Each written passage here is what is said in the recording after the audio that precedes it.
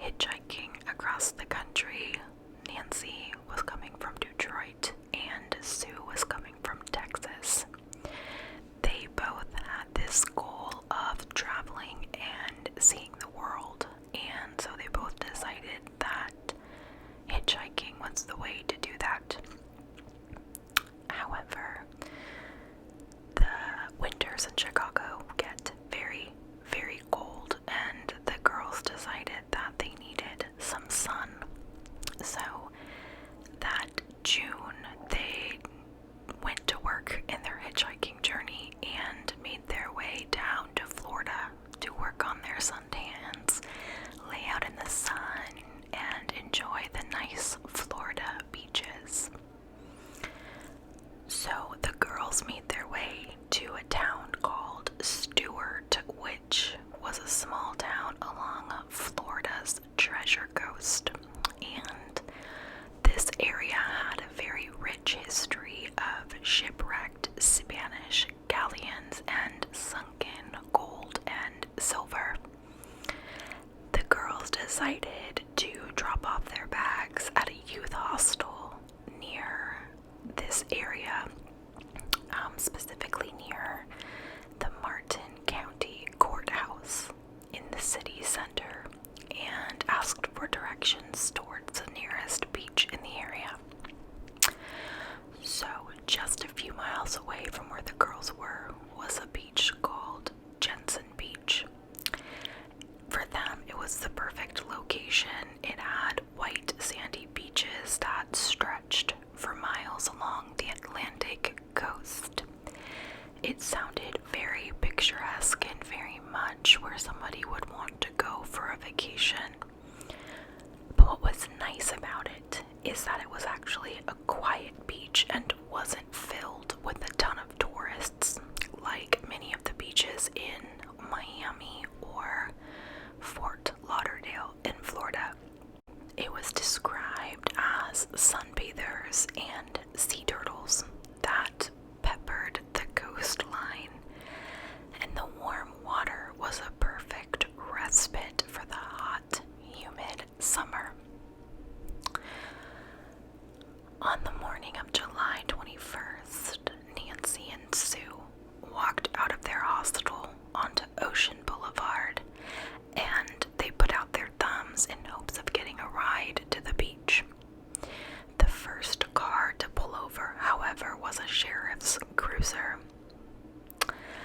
As the girls approached the car, an officer stepped out and he said, "Hey, did you know that hitchhiking is illegal?" Although hitchhiking was actually very common in the 1970s, it was technically illegal within Martin County, where the girls were. These girls explained to the officer that they were just going a few miles away to Jensen Beach, and it was their only means of travel at that time. The 26-year-old introduced himself as Sheriff's Deputy Gerard Schaefer and offered to give the two girls a ride to Jensen Beach, which, I'm really not sure how I feel about this. He pulls over to talk to them and tells them that this is illegal, but then is like, "Okay, come on, jump in the car, I'll give you a ride." That's a little sketchy to me. During the short drive over to the beach, Schaefer informed the girls of all of the dangers that come with hitchhiking. He said that there were creeps and kidnappers out in the world, but obviously the girls already knew that. I think it's fairly understood and a little naive for people to not think that hitchhiking, to know that hitchhiking is not the safest way of travel. I know these girls knew that, or that's my best assumption. But despite being young, the girls to an extent felt like they were street smart and at this point seasoned hitchhikers. And after all, they had already traveled halfway across the country. So, they were doing well so far. As they arrived at Jensen Beach, the officer offered to take them to the beach the following day make sure that they would remain safe during their time in Martin County. Sketchy. But the girls thought that he seemed nice enough and agreed to meet with him the next morning at the park near the courthouse. So just for some background on Mr. Schaefer. At that time, he had been a recent recruit at the Martin County Sheriff's Department, and he had only been employed there 1 month. He had previously been rejected by the Broward County Sheriff's Department after he passed their polygraph, physical exam, and IQ test. However, he failed a psychological exam. He had been employed briefly as a probationary patrolman for the Wilton Manor Police Department, but had been fired before his 6-month probation had been completed. His police chief cited the reason for his dismissal as, quote, a lack of common sense, end quote, and said that he used poor judgment when making arrests. That's not the vibe. That is not the vibe that we like. So prior to Schaefer's law enforcement career, he had also tried to enlist in the military 4 separate times, and each time he was rejected for mental, moral, or physical reasons. And I will say, just a personal opinion, but I know a lot about the military. It's honestly pretty hard to get rejected from the military from like an enlistment standpoint. So the fact that this guy got rejected 4 separate times from the military says a lot about him and is sketchy as all get out. However, according to Schaefer's friends, family, and even acquaintances that he knew, they all pretty much reported that his life was fairly normal. In 1971, he was married, but it lasted only 2 years. And at that time, he was married to 22-year-old Teresa Dean. According to what I've read, his childhood, by most accounts, was fairly normal. There weren't any major family problems or really any issues throughout school. There was nothing in his background that, jumped out as like a red flag or an explanation for him having these psychological mental problems. He really just seemed to be just another kid, growing up in the 60s. Nothing crazy.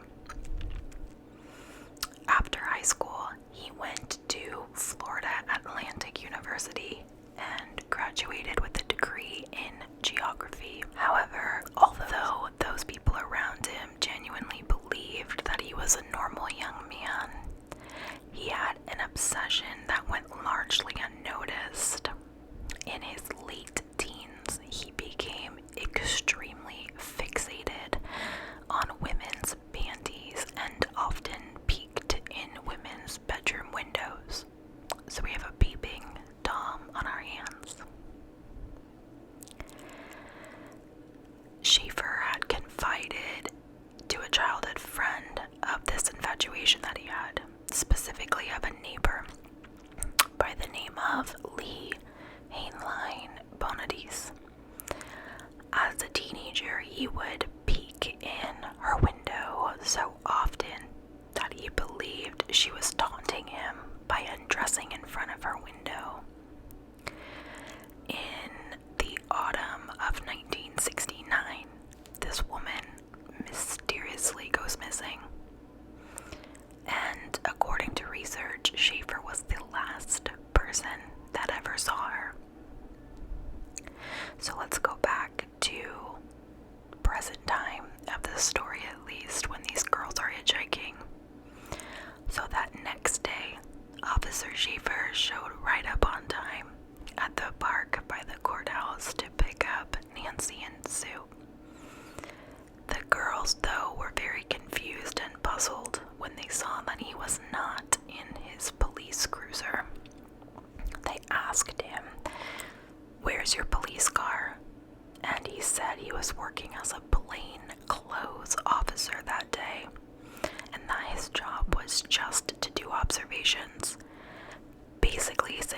was like doing undercover work, which was not true. However, despite this red flag for the girls, they still hopped into his car, and Schaefer began driving them towards the beach. As he drove to the beach, Schaefer again preached to the girls about the dangers of hitchhiking, while again the girls kind of pushed off his warnings and said, we're good at this, we're seasoned, we're safe. He then proceeded to ask them about the hostel where they were staying, and he had said that he felt like it was full of, quote, Jesus freaks, end quote, and he had heard there were a lot of teenagers that would come and go doing drugs, and he had asked the girls if they had encountered any drugs or drug trafficking during their stay, but they said that they hadn't. So before arriving at the beach, Schaefer asked the girls if they would like to see an old historic Spanish fort that was on the river. He really hyped up, essentially, the history of this place and explained how cool it was, saying that it's where Spanish boats came during the 18th century, and really thought that the girls would like to see it. Given that the girls really had no plans for the day and just wanted to get to the beach at some point, they obliged and said, yeah, totally, go ahead and show us, that sounds like a good time. So, Schaefer ends up driving an additional 8 miles past Jensen Beach to an area on Hutchinson Island known as Blind Creek, where he pulled onto an overgrown dirt road. He told them that they couldn't tell anyone that he took them there, and he ends up driving through this very secluded, jungle of palmetto palm trees and thick underbrush, which is very common for Florida.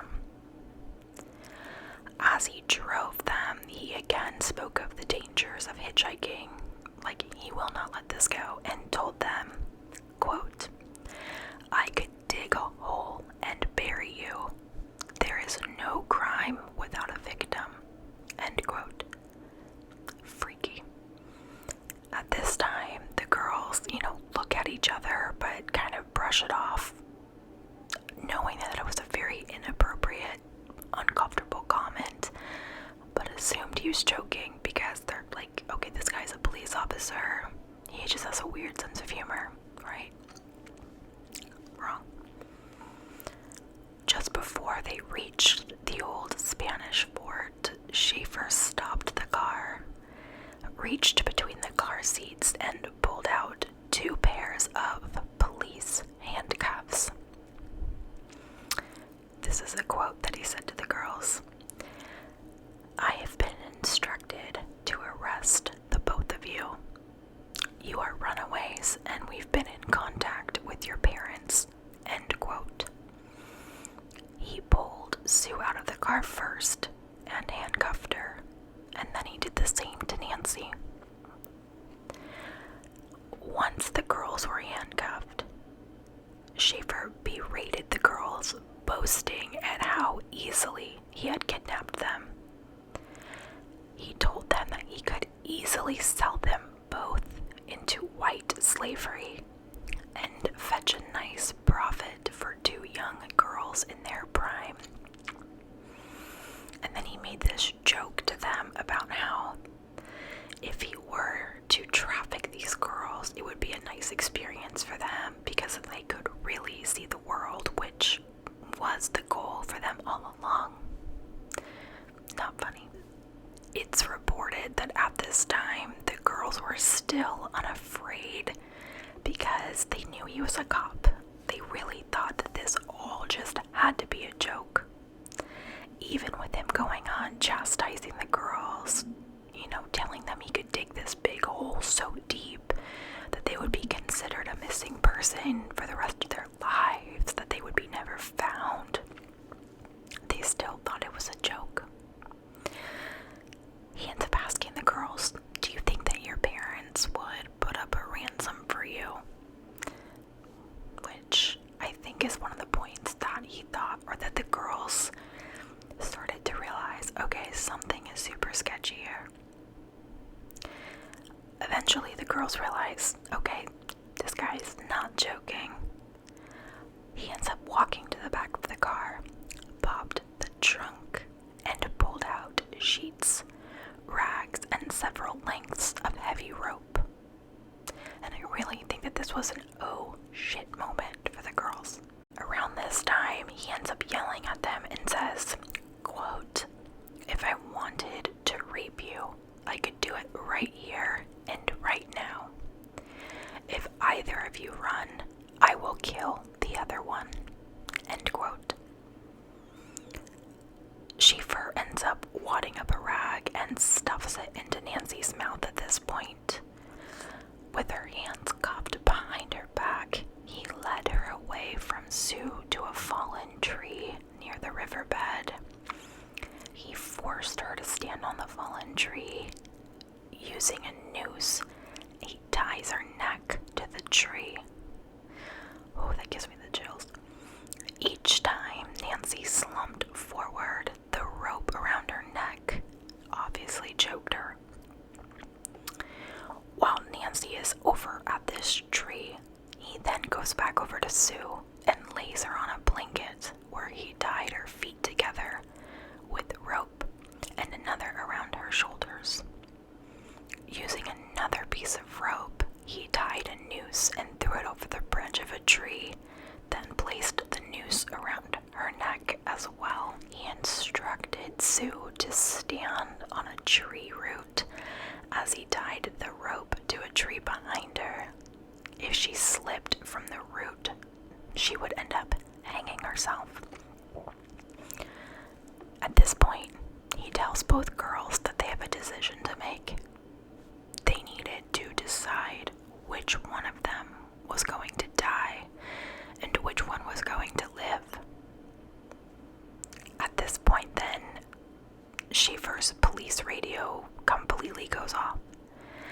He was being temporarily called away to go assist, in some police matter, which at this moment kind of puts a pause on the imminent doom that Nancy and Sue were facing. Okay? When he left, which honestly is absurd to me that he left them like this, because, what did he think? I don't know, this is just weird to me, but he ends up leaving the girls, and they're frantically trying to get untied without hanging themselves. And maybe it's the fact that they were hung up in a tree that he thought, okay, there's no way that these girls are gonna get out. Maybe that's why he left them there. But Nancy ends up spitting the gag out of her mouth, and she managed to get part of the rope that was around her neck into her mouth. She chewed and chewed at this rope at the same time, trying to loosen the other ropes that were holding her up to the tree. Unfortunately, she eventually ended up breaking free and ran for her life. She ends up hiding behind the old fort, unaware if Schaefer had known she had freed herself. She had no idea if he had returned or if he was still out participating in this police search. Then she ends up hearing Sue calling her name. So Nancy's first instinct when she hears Sue calling her name is to run and help her. But then she was like, okay, what if this is a trap? What if Schaefer's actually with her? What if he knows that I've escaped and he's telling her to call my name? So, I can see both sides of it. That's a really hard decision to make. Does she keep running and try to get help for her friend, or does she go back and risk it being a trap? So she decides to not go back to her friend. She decides to run through these woods as fast as she possibly can. When she thought she was far enough away, she ends up hiding in some thick brush. She ends up laying there silently, Every time a bird moved or the wind blew, she was terrified that it was Schaefer coming back. She sat for a half hour until she was covered with mosquitoes and couldn't take it anymore, which is really true for that area. The swampy, humid, moist nature of that climate, there are mosquitoes everywhere. So again, she gets up and she runs, eventually reaching the river. And mind you, her hands are still handcuffed at this point. She's running with her arms handcuffed behind her back, which probably isn't easy. And what's even crazier is with this handcuffed situation going on, she ends up swimming in the river. So, Schaefer ends up then coming back to the scene, and he finds that both girls had freed themselves. Of course, when he realizes that these girls are gone, he realizes, oh my god, this is not good. He ends up searching the surrounding area, but there was no sign of the girls. He was terrified that they were going to be found and would then report him. So he ends up calling his boss, Sheriff Crowder. He tells Sheriff Crowder that he had done something really stupid and that he messed up.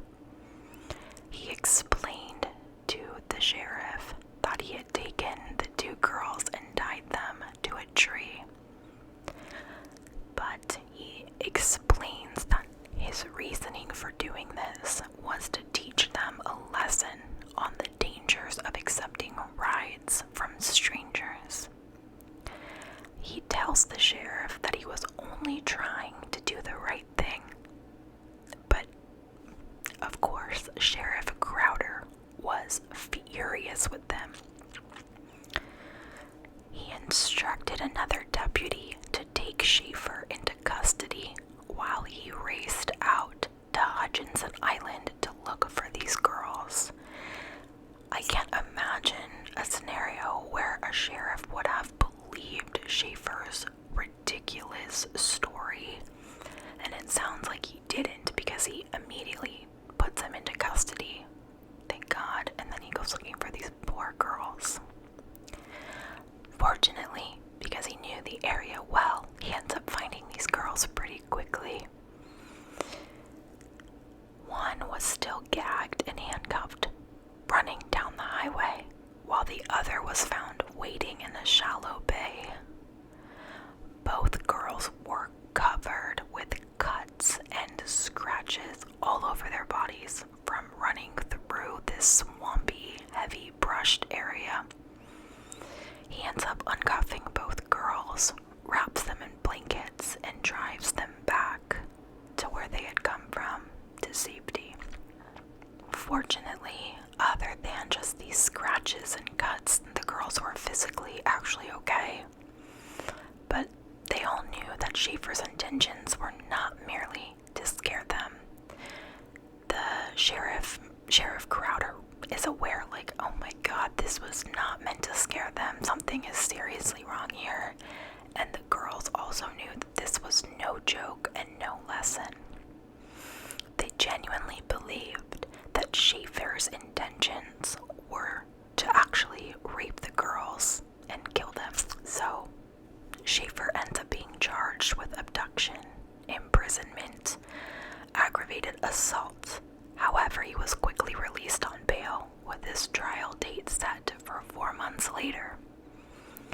That November at trial, prosecutors offered Schaefer a plea deal. If he pleaded guilty, he would only have to spend 6 months in a county jail. And of course, he jumped on this opportunity, which is ridiculous and so unfair.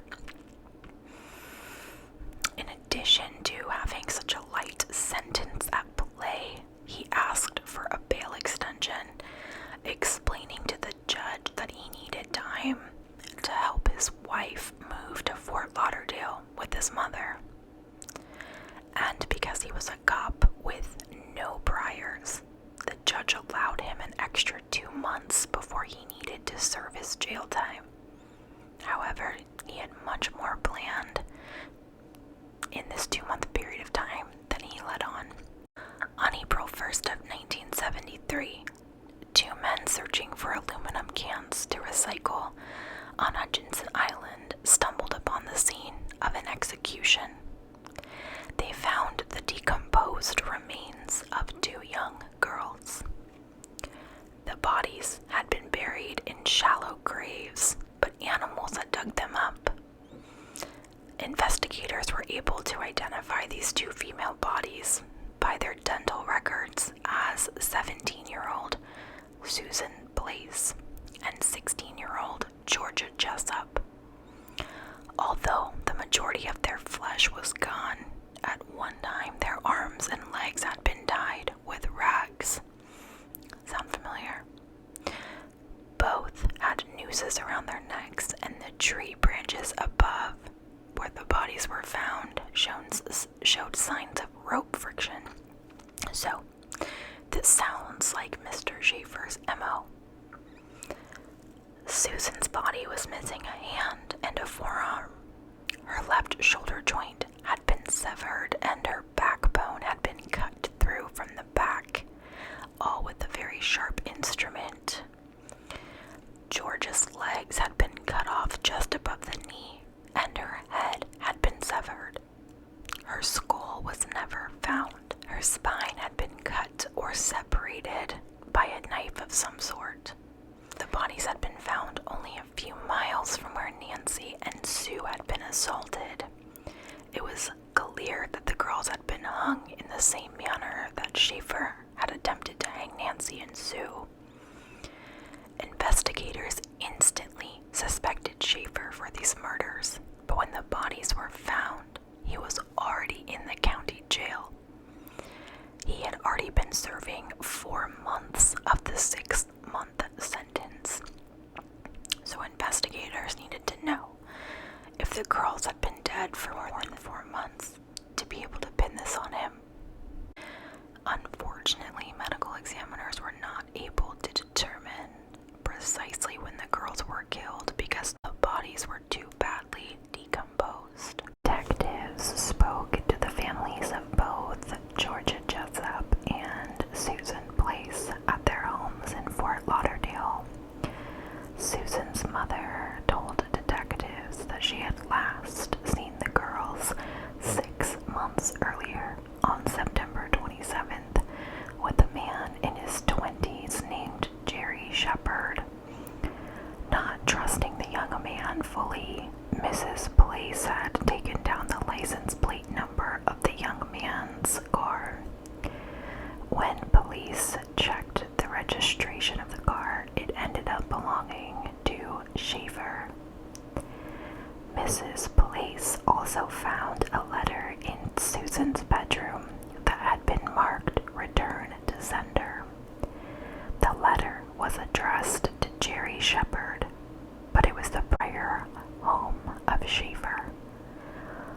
When the news of the murders was announced by the media, Schaefer contacted his wife from prison. Just before he went away to serve his jail sentence, he had given Teresa Schaefer a brown suede purse. Schaefer gave her no reason why, but told her she absolutely must get rid of it. I'm not really sure why Teresa didn't question him further, but that's what happened. Prosecutors had plenty of circumstantial evidence that Schaefer had murdered Susan and Georgia, but they needed physical evidence. Knowing that her husband desperately wanted her to get rid of it, Teresa handed over the purse to police. And thank goodness for this, because this was a very important piece of information. Georgia Jessup's mother identified the purse as one that she had given to her daughter for her birthday. So investigators believed that Georgia and Susan were killed sometime between September 27th of 1972, when he picked up the girls, and January 1973, when Schaefer went to jail. He had been out on bail and had his jail sentence delayed, giving him the perfect window of opportunity. That April, investigators officers searched the home of Schaefer's mother, where he had stored all of his belongings. They found orange crates and a steamer trunk packed full of potential evidence of additional murders. Stashed at his mother's house, investigators found several pieces of jewelry, a driver's license, a passport, 2 gold teeth, an address book, a purse, clothing, a diary, and a book of poetry. Many of the items had belonged to several other girls that had gone missing in the area. Also in the steamer trunk, police found several newspaper clippings about missing girls.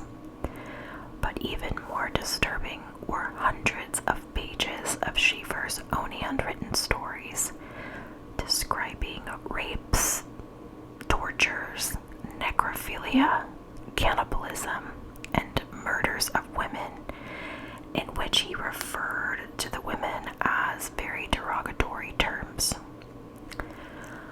Although Schaefer claimed the stories were nothing more than pulp fiction, police believed that they were actual confessions. Some of the stories accurately described the traumatic abduction and escape of Nancy Trotter and Paula Sue Wells. On September 27th of 1973, Gerard John Schaefer went on trial for the 2 murders and was quickly found guilty. Both Nancy and Paula testified against him and provided the jury with a reenactment of the abduction and assault that they had endured. Thank goodness for this that he was sentenced to consecutive life terms. Although Schaefer would spend the rest of his life behind bars, investigators knew he was responsible for far more than just 2 murders. Over the years, the items found in Schaefer's mother's house were linked to several more missing girls. The passport, driver's license, diary, and the book of poetry all belonged to these 2 women by the name of Colette Goodenough and Barbara Wilcox, 2 19-year-old hitchhikers that had gone missing in 1971. Their decapitated remains were ultimately found in 1977 in Martin County. A shamrock pin and the 2 gold-filled teeth were linked to 22-year-old Carmen Halleck, missing since 1969. A gold locket with the name Lee belonged to Schaefer's former neighbor, who he had claimed taunted him from her bedroom window. 2 additional pieces of her jewelry were also in his possession, as well as a newspaper clipping from her disappearance. Her skull was discovered in the area in 1978, containing multiple bullet holes. Other items belonged to 14-year-old Mary Briscolina and 13-year-old Elsie Farmer, whose headless bodies were found in 1973. The mementos in Schaefer's possession were linked to 38 other girls. All girls were either missing or murdered, with the cases dating back to 1966.